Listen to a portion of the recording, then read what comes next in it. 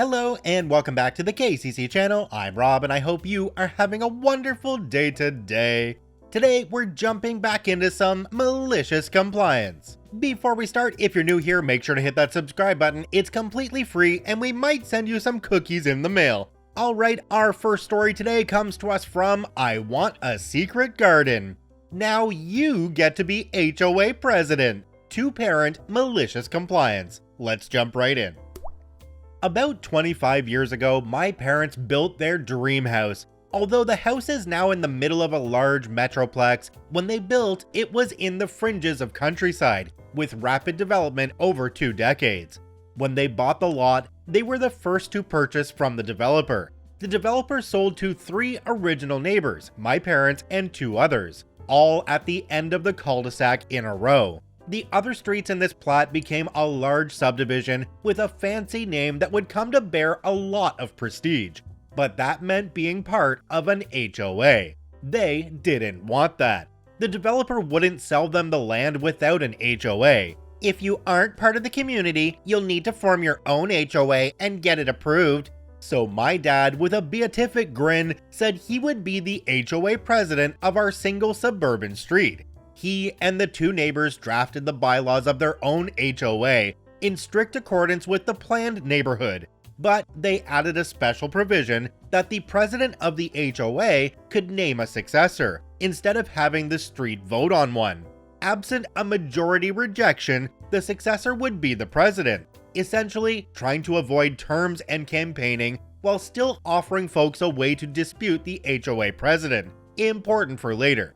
So in the winter of 1994, my father very seriously took the thick black CD binder full of laminated and hole-punched instructions and pages on how to be a good HOA president and put that binder in the very back of a cabinet and forgot about it for the next 16 years. The homeowners of our street were not asked to pay an annual fee, and the HOA didn't police number of cars, colors of front doors, or any other ridiculous standards HOAs enforce. As it was a quiet cul-de-sac, no one did anything more egregious than the occasional reckless teenager. Then, a new family built the house across from us. It consisted of 2 children, a husband, and a stay-at-home mom we'll call Gladys. Now, Gladys was a real busybody. She would stand at the front window of her house to watch and patrol which cars were using the cul-de-sac to turn around. When houses down the street held events or parties and were using the front of her house to park for literally a night and sending noise complaints to the police about barking dogs, her other neighbors' kids, there were 6 in a blended family, the other neighbors' cars, they were collectors, not even repairing cars, and other ridiculously petty things. She didn't have a job, so safety patrol became her whole identity. She would always hurry over to gossip whenever my mom was taking out the trash cans to the curb. Sadly, my dad contracted a neuromuscular disease in 2005. It got bad quickly, and he was confined to a wheelchair. I learned to drive for my hardship license in a handicap van, and we had more than the usual number of cars due to round-the-clock caregivers in the later years. Gladys decided it was time to offer help to my poor mother who was slaving absurd hours just to keep creditors at bay. Gladys very sweetly approached, expressed her sympathies for our struggles, pointed out the number of cars in our driveway, and generously, oh so generously, offered to take over the president of the HOA duties if my father would name her successor. After being hounded the 6th or 7th time, and Gladys hinting that if my mom was struggling so much, maybe she could send my dad to hospice and move houses to something more suited. In fact, Gladys's best friend was looking for a house and would love to live across the street and buy our house.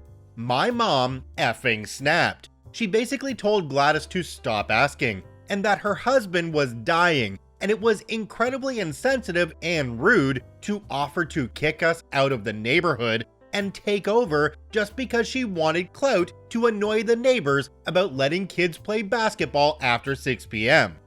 Gladys responded nastily that my dad would have to name a successor because when he died, soon, the HOA presidency would revert back for election.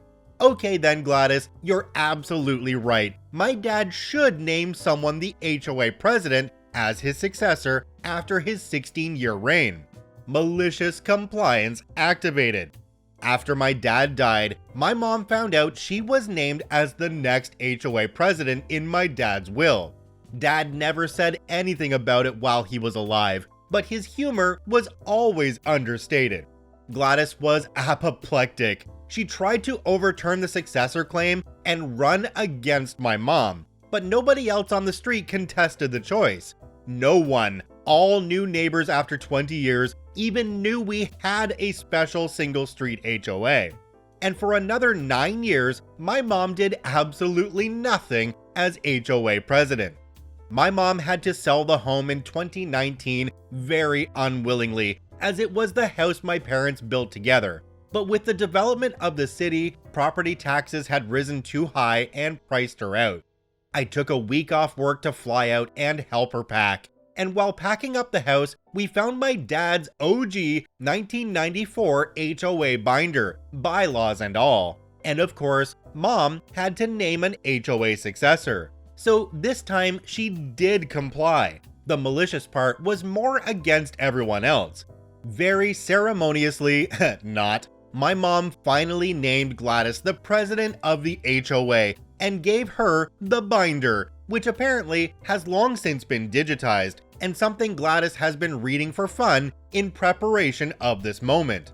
Apparently, Gladys went rabid with the power, as her kids had gone off to college and promptly charged everyone on the street $100 a month towards neighborhood incidentals, supposedly for mowing the strip that people just mowed themselves, and a highly encouraged neighborhood barbecue one Saturday a month to address the neighborhood concerns. She also outlawed basketball hoops in driveways, dictated no cars could be parked on the street or in driveways, but only in garages, things like landscaping and holiday decor approval, and other inane, absurd power trips. My mom kept her Nextdoor app open and watched Gladys go down in flames. 3 separate households moved and dropped long, hate-filled call-out posts about Gladys making their lives misery until they couldn't stand it anymore. That's 3 of 12 houses, by the way. Yeah, Gladys wrecked the single street HOA with a quarter loss. Gladys got everything she wanted. My dad to name an HOA successor, my mom to name an HOA successor, for us to move away, and for her to finally be HOA president. And now, everyone absolutely hates her, and no one will pay her $100 or go to her barbecues.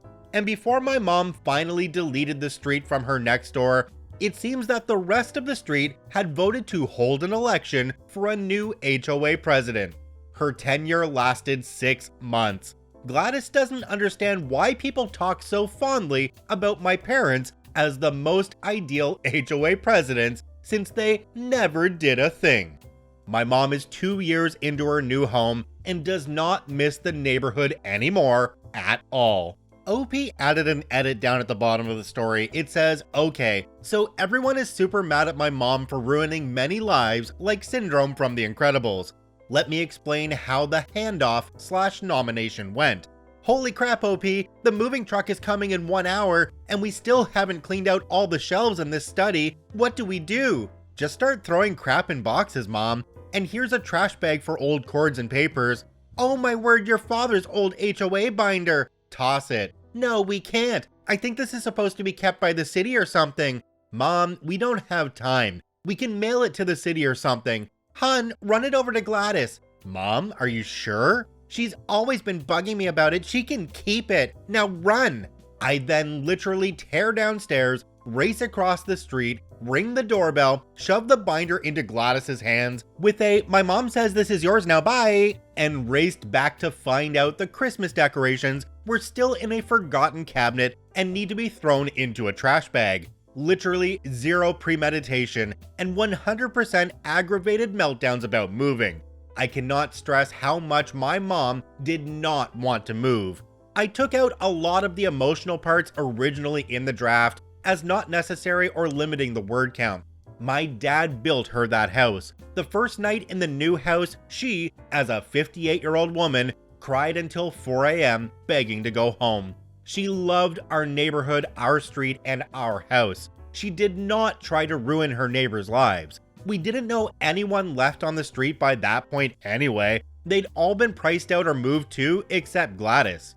The end line is kind of a throwaway, saying my mom is doing much better now and she doesn't miss Gladys at all. I do feel bad for all those folks driven out by Gladys's dumb rules, but I'm also going to say the high property taxes probably didn't help. If I ever won the lottery, the first thing I would do would be to buy back our house, put it in a trust, and let my mom live there for the rest of her life. Anyway, to the commenter saying my dad was an effing legend, he absolutely was.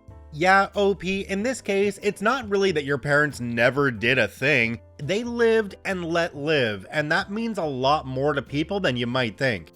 I think the only other thing that I would have liked to have seen in this story was your mom disbanding the HOA right before she moved, and I don't think she would have had much trouble doing that, considering most people on the street didn't even know there was an HOA in the first place. I think they'd be more than happy to disband this HOA rather than having Gladys take it over. Our next story today comes to us from Almenontour. Won't deliver my full order? Have it your way. Let's jump right in. So I used to live on Azores and work as an adventure guide.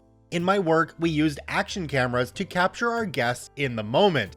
The Azores Island is the adventurer's mecca. It's raw nature, waterfalls, etc., and it would be difficult and even dangerous to take pictures and videos while dangling in a rope from 30-meter high waterfall during canyoning, for example.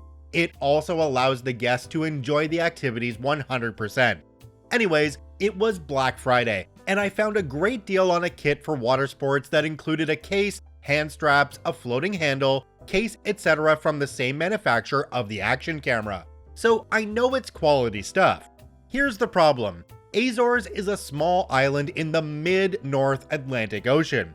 So packages that get sent to this island sometimes take a month or more to deliver. And it doesn't help that the local post carrier is terrible to deal with, as everything is handled manually, so things take time. So a month goes by and I finally get a letter in the box saying I have a parcel waiting at the postal office. I grab my bike and make my way down to collect it. I get home and notice that half of the stuff I ordered is missing for some reason. I jump on the customer support and ask why they have not delivered everything. They explained that there was a mistake, so I said that it was no worry, he could just send me the missing items and we'll call it a day. He said that this was a kit and that he couldn't just send me the items separately for some reason. So I said okay, then just refund me for the missing items then. He then tells me that the items are worth more separately, so he can't refund for the missing items. He then goes on to explain that in order for him to refund me, I would have to return the package that I already received, and that way I could just reorder it again. However, I pointed out that now the kit sells for 25% more than what I paid for it. So how did he plan to solve that? He replies and says that he can't give me a coupon, but the best he could do was to give me a €10 credit. But this would still mean that I had to pay more for the same kit. At this point, I was fuming and frustrated, so I just told him to email me a return label and tell him how terrible this experience had been. I hung up the phone and packaged up everything, again printed the label, and went back to the postal office to send it away. Cue malicious compliance. Because I really needed these items, I thought I might as well reorder it, just like the guy on customer support said, even if it cost a bit more this time. But this time, I decided I would gamble and order it from Amazon instead. You see, fellow Redditors, on my way home from the postal office, I remembered that I had previously ordered other stuff from Amazon a few months prior, and I remembered that I was able to collect a full refund because they couldn't deliver on the set date, due to me living on a remote island and the local postal service took forever to deliver.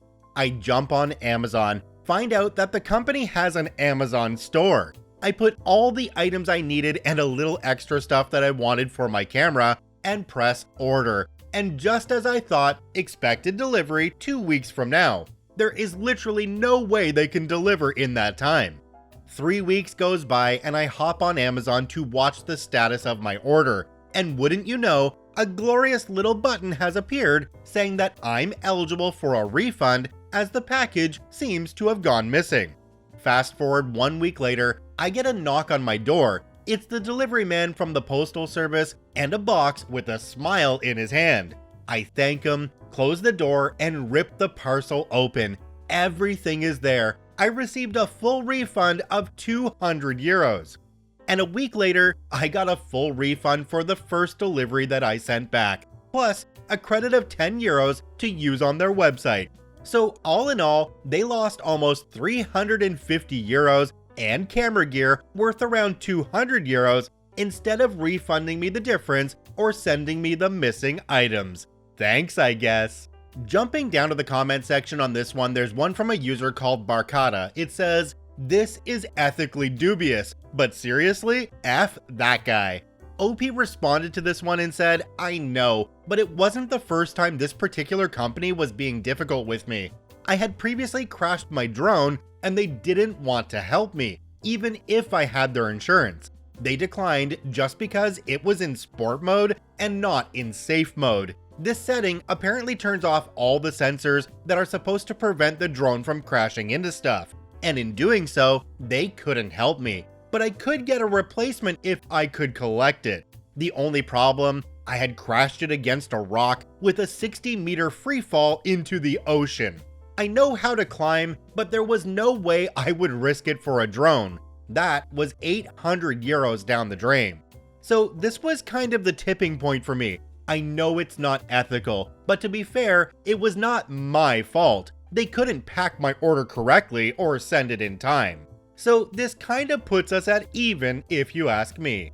Okay, this update makes it really seem ethically dubious because OP says that they disabled the safety features on the drone and then ended up crashing it, something that wouldn't have happened if they hadn't have disabled those features.